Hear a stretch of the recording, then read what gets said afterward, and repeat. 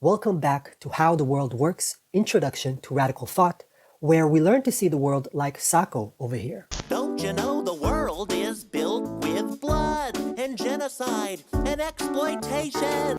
In the last video, I briefly introduced something called materialism, which is a method formulated by Karl Marx and Friedrich Engels.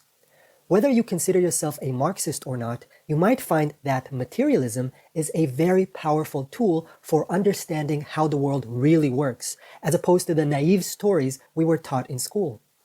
These naive stories tended to be idealist, meaning they would often begin with ideas. For example, if you asked your school teacher what kind of a society do we live in, they probably told you that we live in a liberal democracy, which is to say, we live in a society defined by its liberal democratic ideas, which came to us from the minds of the great men of the Enlightenment. And it is these liberal democratic ideas to which we owe our wealth and greatness as a society. So ideas come first, while the material comes second. Now, against this, the advice of materialism would be to not start our story with ideas, but with some material base. And you can think of the material base of human history as a kind of answer to a question, the question of how do we divide the resources, the labor, and the fruits of the labor among human beings. And the way that we happen to answer this question, through struggle, through violence, and through manipulation, is the material aspect of our collective existence. Capitalism, for example, is our modern answer to this question, which makes capitalism the true basis of our society, not liberal democracy. For a materialist, we live first and foremost in a capitalist society, which is very undemocratic and very unfree. Capitalism is a system where a small minority of human beings privately owns the resources necessary for our collective survival, which allows them to command the labor of the working classes. Only opportunistically does capitalism erect a superficial political architecture called liberal democracy, which is designed to serve the interests of the capitalist class and to neutralize the working classes as much as possible. But this superstructure can also be replaced with a dictatorship if the workers get too rowdy. Today, I'd like to apply this materialist method to another case study. I'd like to look at the so-called Israeli-Palestinian conflict. I myself was born and raised as a Jewish Zionist citizen of the State of Israel. And I'd like to share with you how the materialist method allowed me to deconstruct the propaganda I was fed my whole life and to finally see what's really going on in the land between the river and the sea. Now, if you ask a Zionist what the conflict is about, they will give you an idealist explanation. That is, they'll begin their story with ideas. You see, for Zionists, there was never any real contradiction between the plan to settle millions of Jews in the land between the river and the sea and the material interests of the Arab population in that land. This is because the local population was relatively scarce, no more than 1 million human beings at the start of Jewish settlement, while modernization of the economy was expected to enable the land to sustain many millions of human beings. In other words, there was plenty of room in the land for both the settlers and the local inhabitants. If anything, Zionism was about to make the lives of the Arabs much better. It was going to emancipate these peasants from their feudal exploiters and introduce them to Western medicine and technology, right? So materially speaking, there was no reason for a conflict. The only reason a conflict did break out between Jews and Arabs is because of mistaken perceptions in the minds of the Arab inhabitants. You see, these people were backwards and violent, or perhaps their feudal ruling class turned them against the Jews. Or perhaps someone put it in their heads that they are a nation deserving of a nation state. In any case, Palestinian consciousness was hostile towards the Jewish settlers, and so the Palestinians ferociously attacked a benign Jewish community. Only in response to this aggression were the Zionists compelled to forcefully take over most of the land and then all of the land, and to uproot Palestinians and to confine Palestinians in walled-off reservations under military supervision. This unfortunate ongoing situation can only be resolved when the Palestinians change their mistaken perceptions about Zionism. They must first despair from their deep-seated fantasy of annihilating the Jews and lay down their arms before some kind of peace could be negotiated. Liberal Zionists might concede that some segments of Israeli society also harbor intolerant ideas that need to be changed. But in any case, the conflict is seen here as the consequence of bad ideas, and it is these ideas that need to be remedied for the conflict to end. Okay, so Zionists tend to deny that the conflict is fundamentally material. The conflict, rather, exists because of bad ideas. Humans don't fight over territory and food. They fight over imaginary stories. How might a materialist respond to this? Well, when one consults the historical record, one finds that this idealist account of the conflict is quickly falsified by Zionism's own documentation. This documentation testifies abundantly to a fundamental material contradiction between Zionism and the real interests of the Palestinian population prior to any Palestinian resistance.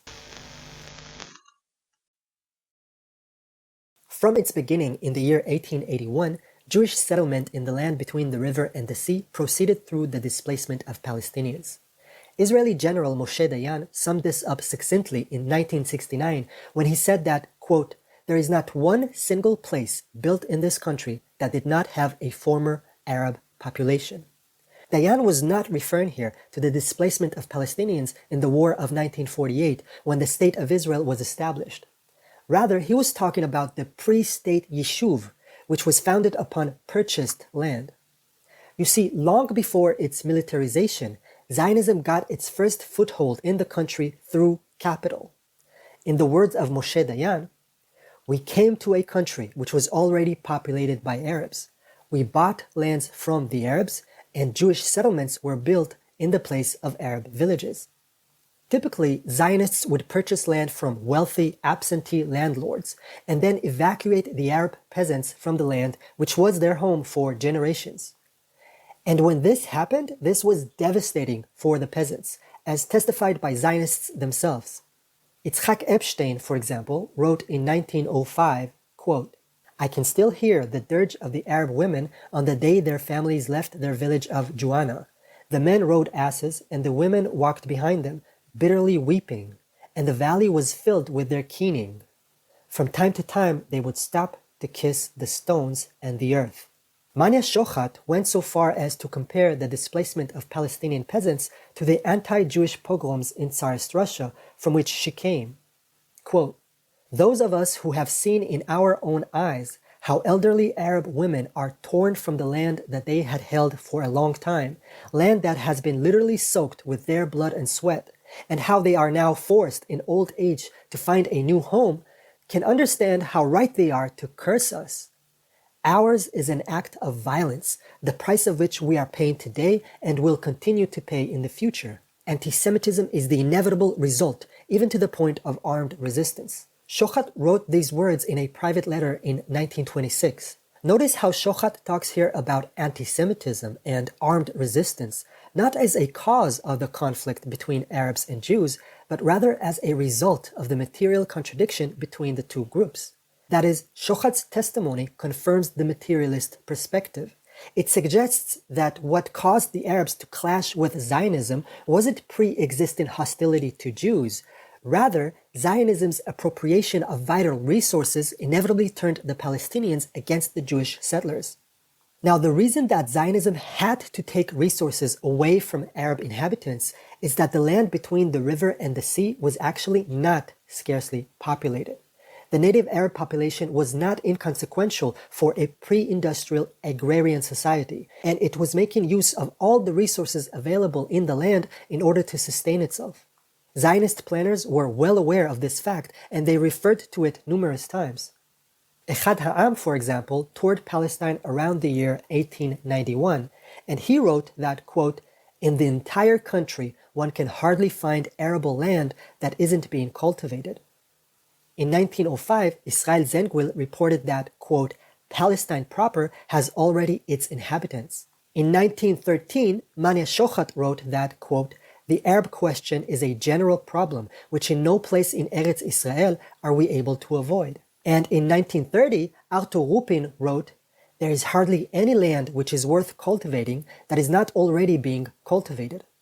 Hence, wherever we purchase land and settle it, by necessity its present cultivators are turned away. In short, Zionism wanted to settle millions of Jews in a land that was already taken. It was impossible to settle Jews in the country without driving Arab peasants off the land. Now, Zionists could claim that Zionism might still benefit the local population if the dispossessed Arab peasants would be invited to take part in the wealth of the new society, most likely as wage workers under the command of Jewish capital. And this is indeed what happened in the early Zionist colonies, or moshavot, that is, the dispossessed Arab peasants, and Palestinians in general, were employed as agrarian wage workers in the moshavot, and this actually mitigated the tension between the settlers and the local population, at least superficially. However, this could not continue for very long. It was quickly realized that the employment of Arab labor by Jewish capital poses a serious threat to the Zionist project. You see, Arab labor was a lot more profitable than Jewish labor, which means that when propertyless Jews began arriving in large numbers at the beginning of the 20th century, they were unable to compete in the labor market, and many of them left the country shortly after their arrival. If this were to continue, a Jewish majority could never be established between the river and the sea. Even if Jewish capital were to purchase the entire land, the country would still remain demographically Arab, with a small class of Jews owning the resources and a large Arab proletariat threatening with revolution, somewhat like the French Algerian model. If Zionism was to make Palestine truly Jewish, it would be necessary to prevent the employment of Arab labor by Jewish capital so as to make room for a Jewish proletariat. And so, beside the so-called redemption of land, the conquest of labor became another professed goal of the Zionist movement. So now we understand what Zionism actually is. If we were to apply a materialist analysis to Zionism, if we were to define Zionism not according to its professed abstract ideals, but rather as a measurable answer to the question of the distribution of resources, labor, and wealth, we would find that Zionism's answer to this question, as it pertains to the land between the river and the sea, is that the resources are to be owned first and foremost by Jews, and the labor is to be reserved first and foremost for Jews, and the wealth subsequently is to be channeled mostly to Jews, as opposed to the native Arab population. Now, this kind of an arrangement happens to have a name. It's called settler colonialism. Settler colonialism is a zero-sum contest over resources between a society of settlers, including their descendants, and some pre-existing population. In this sense, Zionism is demonstrably, undeniably, a settler colonial project. And this settler colonial project did not end with the establishment of the State of Israel in 1948. Not at all. The Jewish state wasn't the end of Zionist colonization, but rather a powerful instrument created by Zionism in order to secure and further expand Jewish control over resources. In 1948, the newly established State of Israel expanded Zionist control from 6% of the territory between the river and the sea to 77%, while expelling around 1 million Palestinians and confiscating their property. In subsequent years, the Jewish state secured its new acquisitions by preventing hungry, displaced Palestinians from returning to their homes. The State of Israel did this by shooting thousands of quote-unquote infiltrators to death.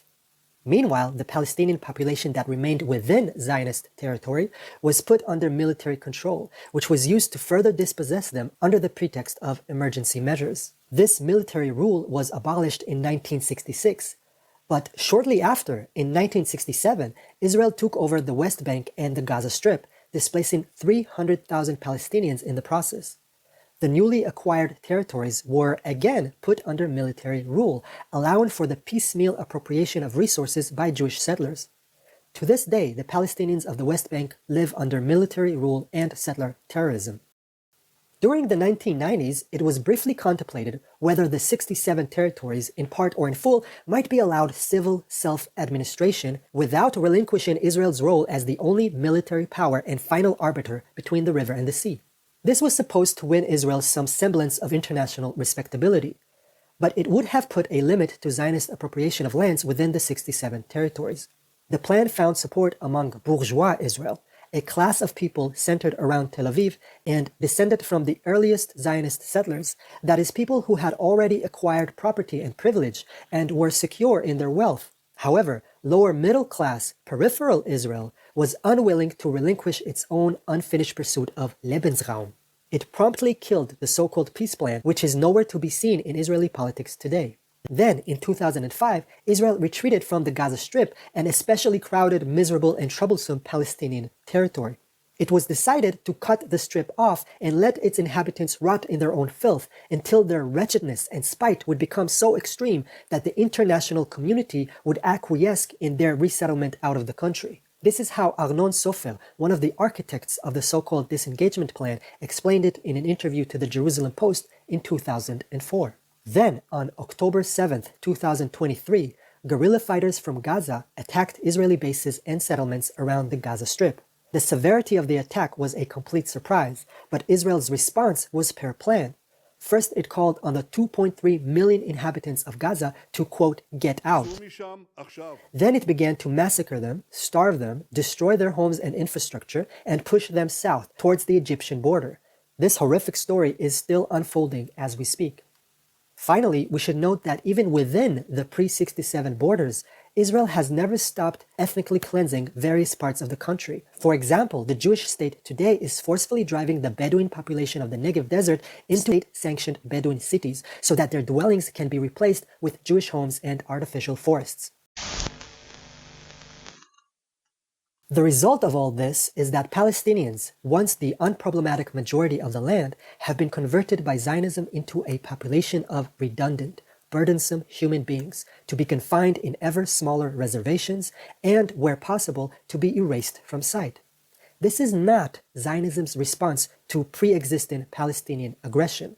On the contrary, 140 years ago, an unsuspecting population of mostly poor peasants was confronted with a sophisticated settler colonial project that necessarily endeavored to dispossess, disempower, and displace them. Colonial aggression was there from the start. It has not stopped for a single moment. It has never been renounced. It still goes on today. So a materialist analysis reveals that the conflict is not the result of mistaken conceptions, but is rooted rather in a very real system of Jewish supremacy in the distribution of resources, labor, and wealth, a system whose principal instrument is the so-called Jewish state. And if that's so, then simply working on our conceptions isn't going to be enough to bring peace. No peace can be built on the basis of the material subordination of Palestinians, nor can peace be contemplated in the shadow of a towering fortress of Jewish power. Zionism and the Zionist state would have to be dismantled before all human beings between the river and the sea could enjoy an equal share in determining their future, which is the only possible basis for true and lasting peace. Okay, so we have solved the conflict.